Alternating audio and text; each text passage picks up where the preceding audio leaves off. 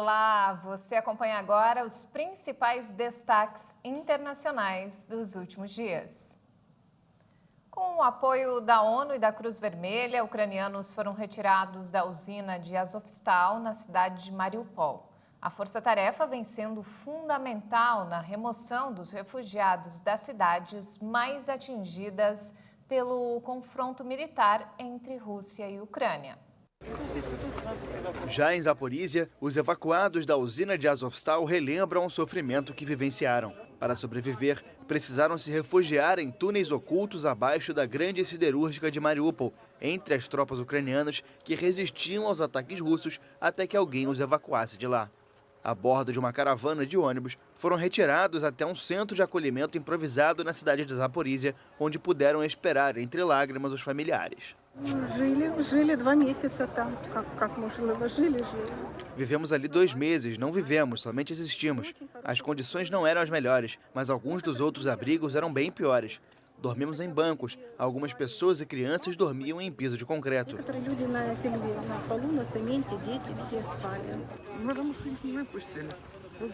Não levamos nenhum dos feridos, nenhum. Vão vir outros comboios? Não sabemos. Vão ser resgatados? Não sabemos, nem eles. Tudo que nos resta é chorar e rezar. Um grupo de 100 civis presos em refúgios conseguiu sair da usina depois de um acordo com as forças russas. Mariupol é uma das cidades da Ucrânia mais afetadas pelas tropas russas. Azovstal se tornou o único local onde soldados de Kiev resistem aos ataques de Moscou na cidade. E ainda falando sobre a Ucrânia, em uma cidade ao norte de Kiev, além da devastação e das mortes, os habitantes têm que lidar também com inundações. Uma cidade perto de Kiev foi dilacerada pela guerra. Após um bombardeio contra uma barragem, a pequena cidade sofre com uma grande inundação.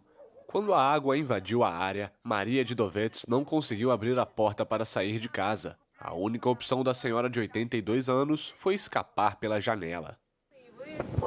Esta é uma guerra. 2 projéteis caíram em nossa horta e explodiram bem aqui, mas agora estão debaixo d'água. É impossível vê-los.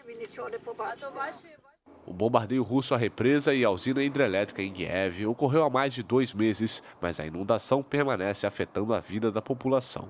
27 числа російські війська вдарили по Em 27 de fevereiro, as tropas russas atingiram um alvo estratégico que não vou dizer o nome. Ele foi destruído e muita água entrou em Demidivka. Дуже багато води потрапило на територію Демидова, села Демидова. Para bloquear o avanço russo, o exército explodiu uma ponte perto da cidade, atravessada pelo rio Irpin, como fizeram com outras pontes perto de Kiev. Além disso, as autoridades locais decidiram abrir de vez a represa, elevando o nível do rio em cerca de 30 centímetros para impedir os russos de atravessá-lo. Було підтоплено багато будинків, які і по сей день. Muitas casas foram inundadas e ainda seguem assim, porque não podemos recuperar o fornecimento de energia para bombear a água que está em Demidivka no momento. Щоб підкачати цю воду, яка знаходиться в даний момент в селі Демидів. Cerca de 60 das 750 casas da cidade foram afetadas pelas inundações, muito menos do que as 200 danificadas ou destruídas durante os combates. Ainda assim, os esforços continuam para bombear a água, uma tarefa que ainda pode levar várias semanas. De acordo com um alerta emitido pela Organização das Nações Unidas, mais de 40 milhões de pessoas passaram a sofrer com insegurança alimentar no ano passado. O número de pessoas que sofrem com a fome no mundo chega a quase 200 milhões. Mesmo antes da guerra na Ucrânia, a insegurança alimentar aguda afetou quase 40 milhões de pessoas a mais em 2021 e chegou a quase 200 milhões no mundo, devido aos conflitos, ao clima e à crise econômica. O alerta foi feito nesta quarta-feira pela Organização das Nações Unidas em um comunicado. No ano passado, mais de 193 milhões de pessoas em 53 países se encontravam em situação de insegurança alimentar aguda, ou seja, necessitavam de ajuda urgente para sobreviver. O número segue aumentando desde 2016, data da primeira publicação do relatório elaborado pela Organização das Nações Unidas para a Alimentação e Agricultura, pelo Programa Mundial de Alimentos e pela União Europeia. A guerra na Ucrânia vai agravar a fragilidade dos países muito dependentes dos cereais ou fertilizantes russos e ucranianos, como, por exemplo, a Somália. Conflitos são a causa da insegurança alimentar de 139 milhões de pessoas, principalmente em países que sofrem com crises políticas e humanitárias, como a República Democrática do Congo, a Etiópia, o Afeganistão e o Iêmen. A Organização das Nações Unidas para Alimentação e Agricultura afirma que é necessário US$ 1,5 bilhão em ajuda financeira para atuar agora, para aproveitar a temporada de plantio e aumentar a produção nas zonas de risco. E falando sobre coronavírus, 2 novas subvariantes da Omicron foram descobertas na África do Sul. O país vive um aumento de casos considerável da Covid. A afirmação foi feita nesta quarta-feira pela Organização Mundial da Saúde, que destacou a importância da testagem para controlar mutações e a disseminação do vírus. Cientistas sul-africanos que identificaram a Omicron no final do ano passado já relataram outras 2 subvariantes, a BA.4 e a BA.5, que são o motivo para o aumento de casos na África do Sul. A variante Omicron foi detectada pela primeira vez no país em novembro de 2021 e rapidamente se espalhou pelo mundo. Hoje é responsável por quase todas as novas infecções no planeta. Das subvariantes identificadas, a BA.2 é de longe a mais registrada. É muito cedo para saber se as 2 subvariantes podem causar doenças mais graves do que outras subvariantes da Omicron, mas dados iniciais sugerem que a vacinação continua a proteger contra formas graves da doença e morte. A África do Sul é o país que mais reportou casos de coronavírus e mortes em todo o continente. No início de abril, o país retirou todas as restrições, mas desde então os casos voltaram a subir. Segundo dados da ONU, somente na última semana houve um aumento de quase 50% de contágios. A taxa básica de juros dos Estados Unidos registrou a maior alta em 22 anos, uma alta de 0,5 ponto percentual. Foi o primeiro aumento dessa magnitude desde o ano 2000. O objetivo é tentar controlar a inflação recorde. O BC americano destacou que novas altas se justificarão no futuro. A economia e o país passaram por muito nos últimos 2 anos e se mostraram resilientes. É essencial que reduzamos a inflação se quisermos ter um período sustentado de fortes condições do mercado de trabalho que beneficiem a todos. O Federal Reserve advertiu que a guerra na Ucrânia e os confinamentos na China agravam a inflação. O Banco Central americano também informou que vai começar a reduzir seus ativos em bônus a partir de junho. E olha só, autoridades talibãs em Herat, considerada a cidade mais progressista do Afeganistão, pediram aos instrutores de autoescola que não emitam licença para as mulheres. O Afeganistão é um país profundamente conservador e patriarcal, mas não é incomum ver mulheres dirigindo nas grandes cidades, particularmente em Herat, no noroeste. Segundo a direção do Instituto de Gestão de Tráfego de Herat, órgão que supervisiona as autoescolas, essa realidade pode mudar.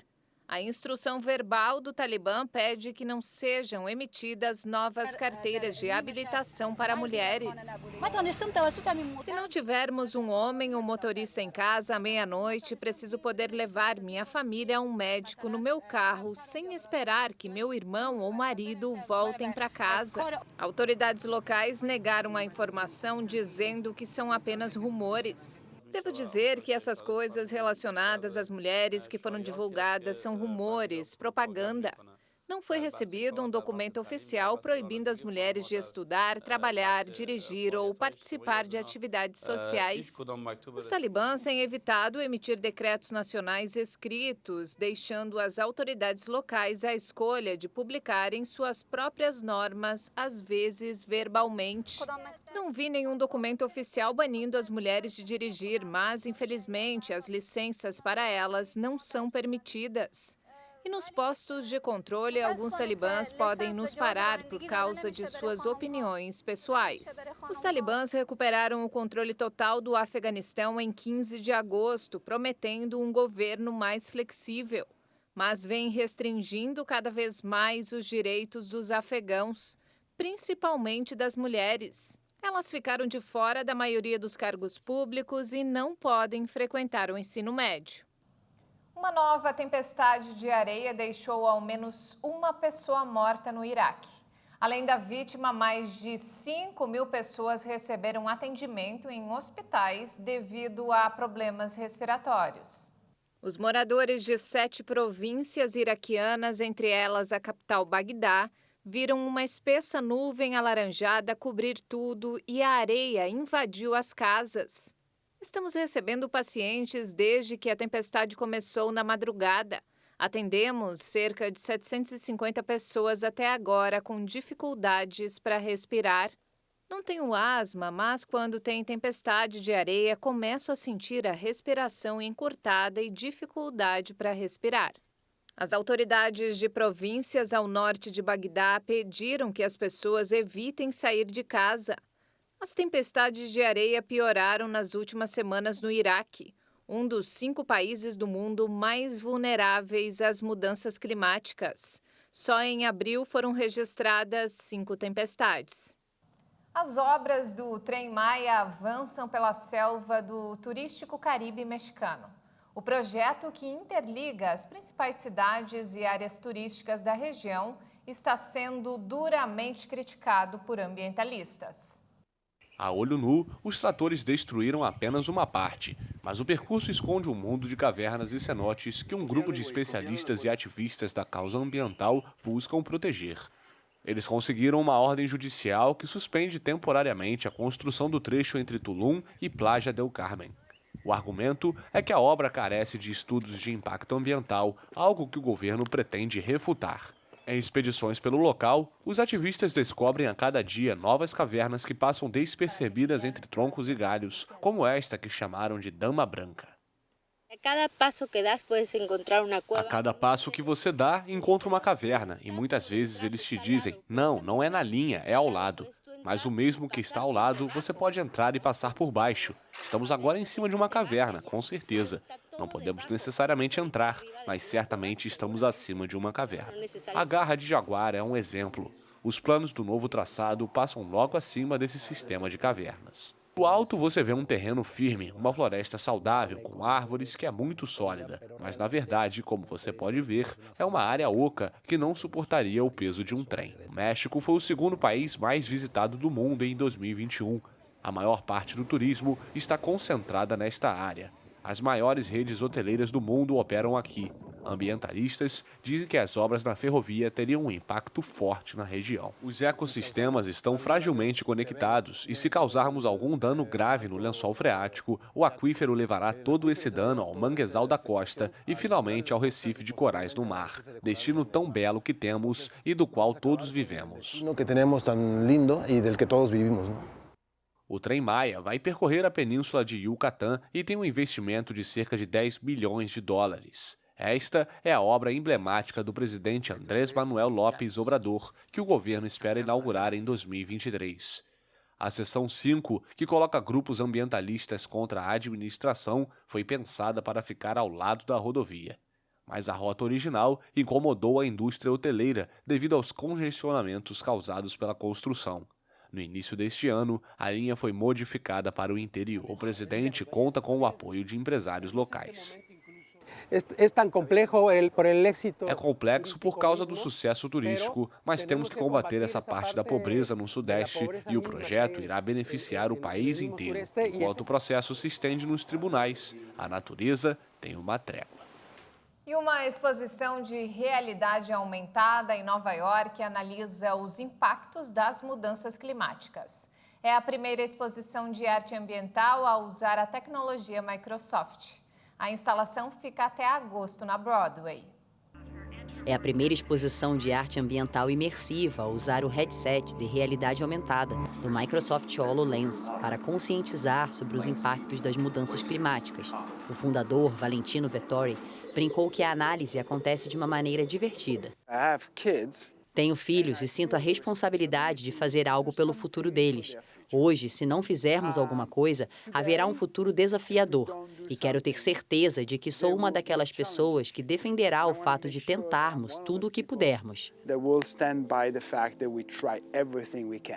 Enquanto os visitantes percorrem as salas repletas de instalações imersivas, como uma instalação feita de 44 mil sacolas plásticas, a quantidade usada no estado de Nova York a cada minuto antes da proibição Eles usam um headset e veem um novo mundo olhando na direção dos hologramas, dando-lhes vida e aprendendo fatos ambientais.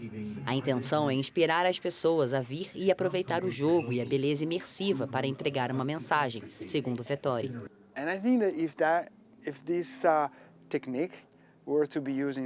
Se essa técnica fosse usada na escola, aprenderíamos muito mais e toda criança iria querer ir para o colégio. E no final das contas, o objetivo é apenas passar a mensagem. As ferramentas são apenas as técnicas. Então eu realmente acho que essa técnica é super divertida e funcionará para todos.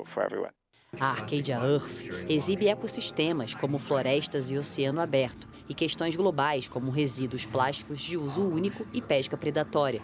Os ingressos custam de $33 a $49 e a renda será destinada ao plantio de árvores de mangue, ricas em armazenamento de carbono. E essa edição fica por aqui. Mais informações ao longo da nossa programação. E se quiser rever as nossas reportagens, acesse o canal HIT Notícias no YouTube. Obrigada pela companhia.